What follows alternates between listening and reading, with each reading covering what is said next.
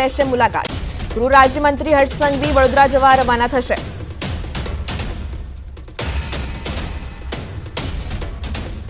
વડોદરાની કમાન ગૃહ રાજ્યમંત્રી હર્ષ સંઘવી સંભાળશે। પૂરની સ્થિતિ અંગે હર્ષ સંઘવી વડોદરાની લેશે મુલાકાત। ગૃહ રાજ્યમંત્રી હર્ષ સંઘવી વડોદરા જવા માટે રવાના થયા છે।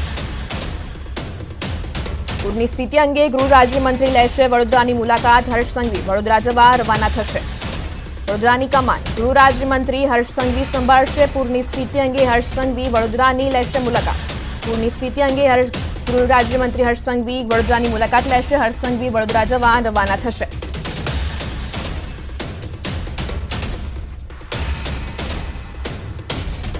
વડોદરાની કમાન ગૃહ રાજ્યમંત્રી હર્ષ સંઘવી સંભાળશે। પૂરની સ્થિતિ અંગે હર્ષ સંઘવી વડોદરાની લેશે મુલાકાત। ગૃહ રાજ્યમંત્રી હર્ષ સંઘવી વડોદરા જવા રવાના થશે। પૂરની સ્થિતિ અંગે ગૃહ રાજ્યમંત્રી વડોદરાની મુલાકાત લેશે। વડોદરાની કમાન હવે ગૃહ રાજ્યમંત્રી હર્ષ સંઘવી સંભાળશે। હર્ષ સંઘવી વડોદરા જવા માટે રવાના થશે। પૂરની સ્થિતિ અંગે ગૃહ રાજ્યમંત્રી વડોદરાની કમાન સંભાળશે। હર્ષ સંઘવી વડોદરા જવા માટે રવાના થશે। વડોદરામાં જ્યારે 2-3 દિવસથી પૂરની સ્થિતિ સર્જાઈ છે તેના અંગે ગૃહ રાજ્યમંત્રી તો હાલ અમારી સાથે સંવાદદાતા વધુ માહિતી સાથે જોડાઈ ગયા છે। જી ગીતા, હર્ષ સંઘવી વડોદરા જવા માટે રવાના થશે, શું છે વધુ વિગતો? જી જે પ્રકારે સમગ્ર ગુજરાતમાં વરસાદની સ્થિતિ છે અને ખાસ કરીને વડોદરામાં પૂરની સ્થિતિ છે તેને લઈને ગૃહ રાજ્યમંત્રી હર્ષ સંઘવી વડોદરા જવા રવાના થશે। ગાંધીનગરથી થોડી જ વારમાં તેઓ વડોદરા જવા માટે નીકળશે। તેઓએ ટેલિફોનિક વાતચીત સાથે હાલ તો સમગ્ર સ્થિતિનો તાગ પણ ત્યાંનો મેળવેલો છે, પરંતુ તેઓ રૂબરૂ ત્યાં જઈને સ્થિતિની સમીક્ષા કરશે અને જરૂરી સૂચનો તેઓ કરશે। હું આપને જણાવવા માંગીશ કે છેલ્લા 3 દિવસમાં સમગ્ર રાજ્યમાં કુલ 28 જેટલા મોત આ ભારે વરસાદ અને પૂરની સ્થિતિને લઈને થયા છે। જી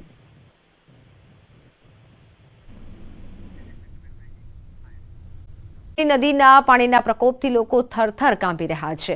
ત્યારે ન્યૂઝ 18 ગુજરાતીની ટીમ ગ્રાઉન્ડ ઝીરો પર પહોંચી ત્યારે અમિતનગરના લોકો રડતી આંખડીએ કહી રહ્યા છે કે પાણી ઓસર્યા બાદ પણ તંત્ર સંભાળ લેવા આવ્યું નથી। રસ્તા પર ઘરોમાં 8 ફૂટ જેટલા પાણી ભરાયા હતા, ત્યારે હજુ પણ અનેક વિસ્તાર પાણીમાં ગરકાવ છે। નથી પાલિકા દ્વારા કોઈ મદદ કરવામાં આવતી કે નથી નેતા પરિસ્થિતિ જોવા આવ્યા તેવું સ્થાનિકો રડતા રડતા કહી રહ્યા છે। વડોદરામાં વિશ્વામિત્રી નદીના પૂર જે છે તે સમગ્ર વિસ્તારમાં ફરી વળ્યા હતા। ગઈકાલ સુધી જે પાણી જે છે તે લોકોને ધડસમાં પાણી હતા। આ છે અમિતનગર રોડ, જ્યાં આવેલ અજીતનગર સોસાયટીમાં અત્યારે હાલ જે છે તે પાણી ઓસર્યા બાદ લોકોએ ઘરની સફાઈ કરી છે। સફાઈ કર્યાની સાથે સાથે હજી પણ છેલ્લા 3 દિવસથી તે લોકોને જમવા સુધીની કોઈ પણ પ્રકારની રાહત કે મદદ નથી મળી તેવા પ્રકારના આક્ષેપ પણ થઈ રહ્યા છે। 3 દિવસથી સતત પાણી છે, લગભગ 6 થી 7 ફૂટ ઘરમાં પાણી છે। આટલું બધું પાણી હોવા છતાં કોર્પોરેશનમાંથી, વડોદરા મ્યુનિસિપલ કોર્પોરેશનમાંથી કોઈ પણ વ્યક્તિ આવ્યું નથી।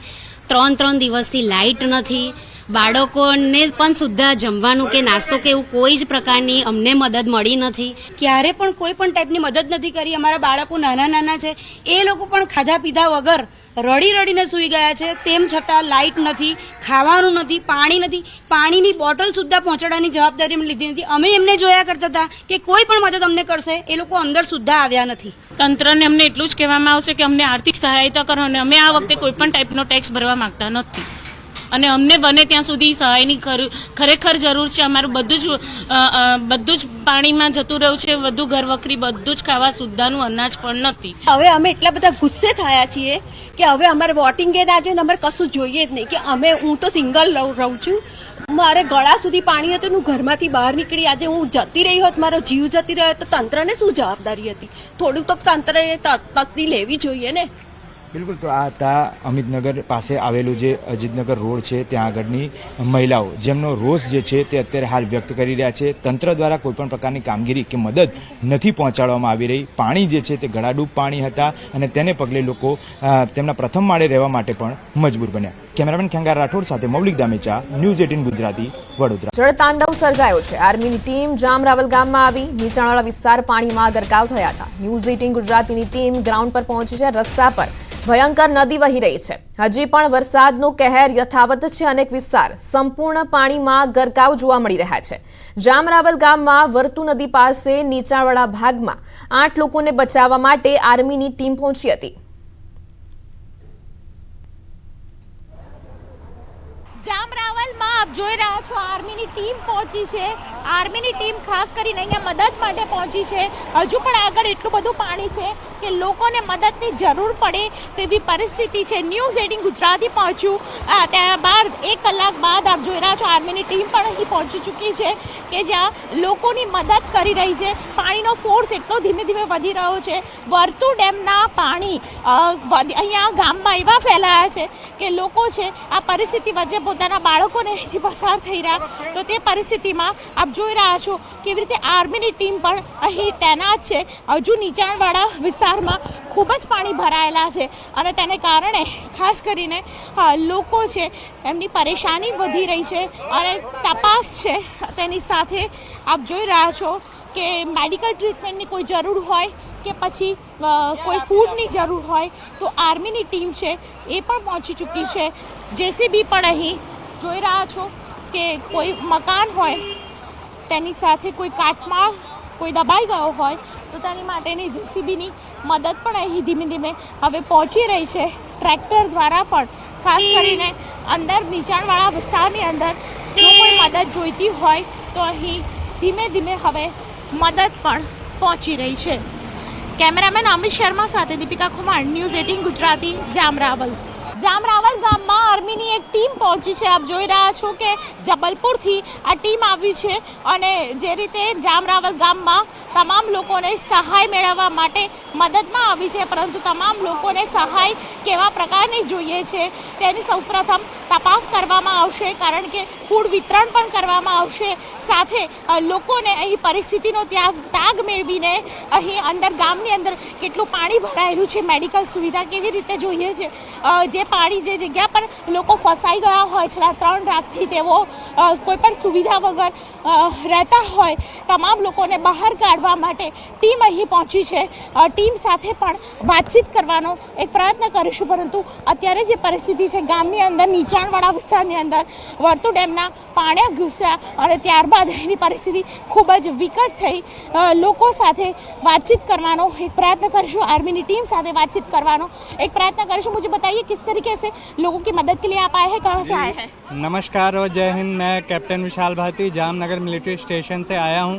मैं इंडियन आर्मी की बाढ़ राहत और बचाव केंद्र की तरफ से आया हूँ. मेरा काम यहाँ रावल गांव में 8 लोग फंसे हुए हैं, उनको बचाना है. मेरे साथ एक बोट और मेरे जवान हैं जो कि 30 हैं. हम अभी फ़िलहाल आगे जा रहे हैं, सिचुएशन का असेसमेंट कर रहे हैं और उसके बाद हम एक तरीका अपनाएंगे और बोट को सही रास्ते पे लेके उनको सक्सेसफुली रेस्क्यू करेंगे. अच्छा, किस तरीके से आप अंदर कहाँ फंसे हुए उसका कुछ मुआयना हुआ? जी, अभी हम मुआयना करने जा रहे हैं. सामने जैसा कि आप देख रहे हैं पानी जो है 4 से 6 फीट है और आगे जाके जो नदी है उसका बहाव बहुत तेज़ है. हम कोशिश करेंगे कि हम अपनी नाव को उस पार ले जाएं और उस पार जो फंसे लोग हैं उनको सक्सेसफुली निकाल पाए. बिल्कुल, तो 8 લોકોના બચાવ માટે એક પ્લાટૂન છે અહીં પહોંચી ચૂક્યું છે અને આ પ્લાટૂનના લગભગ 15 થી 20 જવાનો છે. તેઓ આ પાણીમાંથી ટેકનોલોજીના સહારે અને અલગ અલગ ટેકનિક દ્વારા 8 લોકોને બચાવવાના પ્રયત્નમાં છે. કેમેરામેન અમિત શર્મા સાથે દીપિકા કુમાર, ન્યૂઝ 18 ગુજરાતી, જામરાવલ. દ્વારકાના ભાણવડમાં ખાબકેલા ધોધમાર વરસાદથી ફુલકુ નદીમાં આવ્યું ઘોડાપૂર. ભાણવડમાં 24 કલાકમાં 10 ઇંચથી વધુ વરસાદ વરસતા નદી નાળાઓમાં ધસમસતા પાણીના પૂર આવ્યા છે. ભાણવડ શહેરની મધ્યમાં આવેલી ફુલકુ નદીએ ભયજનક સપાટી વટાવી છે. દેવભૂમિ દ્વારકા જિલ્લાના ભાણવડ પંથકમાં ખાબકેલા ધોધમાર વરસાદના કારણે અનેક નદી નાળાઓમાં ધસમસતા પૂર આવી ચૂક્યા છે. ત્યારે હાલ ન્યૂઝ 18 ગુજરાતી ગ્રાઉન્ડ ઝીરો પર પહોંચ્યું છે. આપ સીધા દ્રશ્યો જોઈ શકો છો. ભાણવડ પાસે આવેલી આ ફલકુ નદી છે તે ફલકુ નદી હાલ ભયજનક સપાટીએ વહી રહી છે. ત્યારે વાત કરીએ તો ભાણવડ શહેરની મધ્યમાંથી પસાર થતી આ ફલકુ નદીમાં હાલ ધસમસતા પાણીના પૂર આવતા તંત્ર દ્વારા નીચાણવાળા વિસ્તારમાં રહેતા લોકોને એલર્ટ કરી દેવામાં આવે છે. કોઝવે હોય કે કોઈ પણ નીચાણવાળા વિસ્તાર હોય તેને સલામત સ્થળે ખસી જવું અને જોખમી રીતે વાહન ચાલકોને વાહન પસાર ન કરવા પણ તંત્ર દ્વારા સૂચના આપવામાં આવી છે। સાથે વાત કરીએ તો દ્વારકા જિલ્લામાં વરસાદની વિકટ પરિસ્થિતિને પહોંચી વળવા એનડીઆરએફની એક ટીમ તેમજ આર્મીની ટીમ પણ સ્ટેન્ડ બાય કરી દેવામાં આવી છે। હાલ દ્વારકા જિલ્લામાં વરસાદે થોડો વિરામ લીધો છે, પરંતુ તમામ નદી નાળાઓમાં ધસમસતા પૂર હોય ત્યારે નીચાણવાળા વિસ્તારોમાં લોકોને ન જવા તંત્ર દ્વારા ખાસ અપીલ પણ કરવામાં આવી છે। મુકુંદ મોકરિયા, ન્યૂઝ 18 ગુજરાતી, દેવભૂમિ, દ્વારકા। દ્વારકા જિલ્લાના ભાણવડમાં મેઘરાજાએ તોફાની બેટિંગ કરી છે। શહેરમાં 2 દિવસથી ખોરવાયેલ વીજ પુરવઠો ફરી શરૂ કરાયો છે। વીજળી ગુલ થવાથી શહેરીજનો મુશ્કેલીમાં મુકાયા હતા, ત્યારે ચાલુ વરસાદે વીજ કર્મચારીઓએ વીજ પોલ પર ચઢી રિપેરિંગ કામ કર્યું। બીજી તરફ દેવભૂમિ દ્વારકા જિલ્લામાં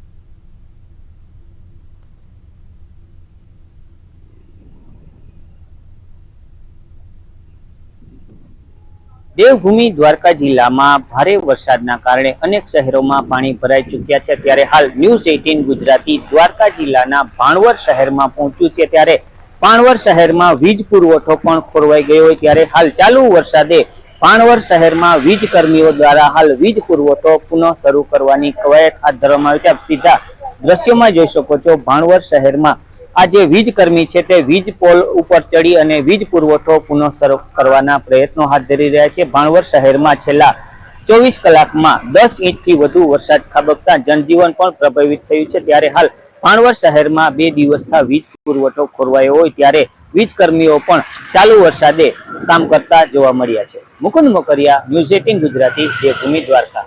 છેલ્લા 3 દિવસથી ફૂલ વરસાદને કારણે અનેક વૃક્ષો અને પોલ ધરાશયી થઈ ગયા છે। તેના માટે સતત કાર્યરત થઈ ચાલુ વરસાદે પણ મહેનત કરીએ છીએ।